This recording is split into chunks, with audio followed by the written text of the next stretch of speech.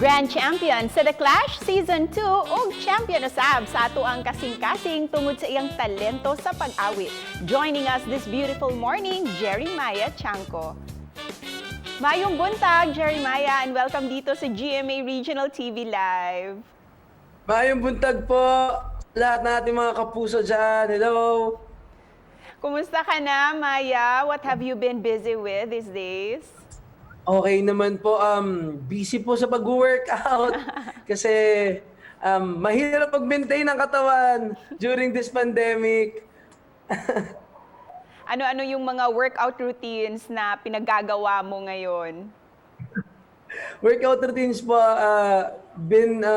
na-hook po ako sa pagbo-boxing. Wow. So, boxing and weightlifting po. Ayan. Throwback muna tayo ngayon, Maya, kasi it has been a year since you were proclaimed as the grand champion ng The Clash Season 2. How has this milestone changed your whole life, Maya?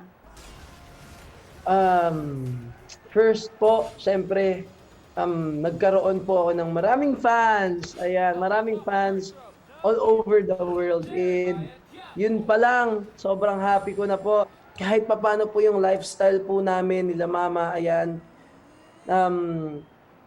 Sabi ko nga po, mag-stop na po si Papa rin sa pagtatrabaho.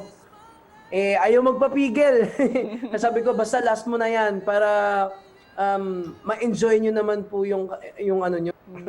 Buting anak talaga itong si Maya. Pero like you din, Maya, maraming nangangarap dyan na maging kagaya mo na nagtagumpay sa singing competition. Ano yung mensahe mo para sa kanila para patuloy pa rin silang mangarap despite everything this year? First and foremost, syempre, just pray guys, pray. Kasi kung hindi to will ni Lord, hindi mangyayari sa buhay niyo yun eh. Kung hindi niya purpose yun, hindi mangyayari. Kung gusto niya mangyari sa buhay niyo yun, it will happen. Alam mo dapat yung blueprint ng buhay mo. Kasi 'di ba sa blueprint, alam mo yung kung ilang meron CR sa blueprint, alam mo kung ilang pinto ang meron sa isang bahay, 'di ba? So same as sa goal mo.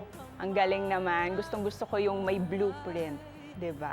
Para may goals talaga. Kasi lahat tayo Yes. may inspirasyon, Maya, 'di ba? Ikaw sa blueprint mo, who inspires you the most? Para kanino itong lahat ng mga sacrifices mo?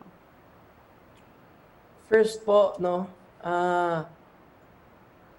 para kay Lord talaga to, ma'am. Kasi first of all, yung talent ko po na ito wala hindi dahil sa Kanya, sa Panginoon.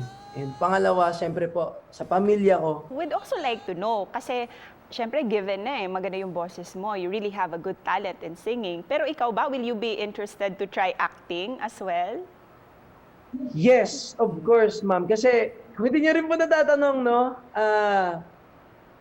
naging part po ako ng Philippine Opera Company. So, it's a theater group po sa CCP. And nakapag-perform po ako ng 3 beses. Marco Polo. Ayan, Marco Polo, Untold Love Story.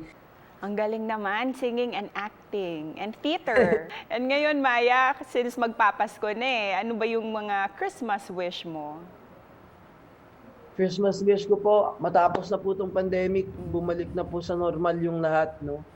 And syempre po, I wish po na more projects to come pa sa aking career. Ayan, that's a good plan. Magandang mga wishes yan para sa ibang tao. Pero kami, Maya, ang Christmas wish namin this morning ay sana kantahan mo kami with any Christmas song na gusto mo. Sige po. Alright. Have yourself a merry little Christmas. Make the Yuletide gay. From now on, our troubles will be miles away.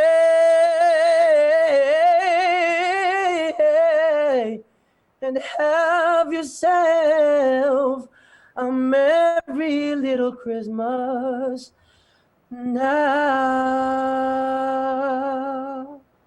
Yun po!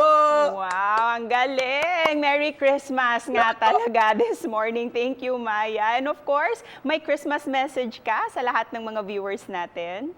Just pray na matapos na ito. And see you soon. Siyempre, gusto ko kayong makita dyan sa Cebu. Maraming salamat po for having me here po. God bless you all. Daghang salamat, Maya, and we look forward to have you sa mga regional events soon. Daghang salamat. Salamat po! And that was Jeremiah Chanco, mga kapuso. Hinaot nga na-inspire ka mo sa iyang istorya sa pagpaningkamot aron maangkon ang kampyonato ug ang mga bunga niini nga mga oportunidad sa paglambo pa sa iyahang singing career. So stay tuned lang mo kay mobalik pa ang GMA Regional TV Live.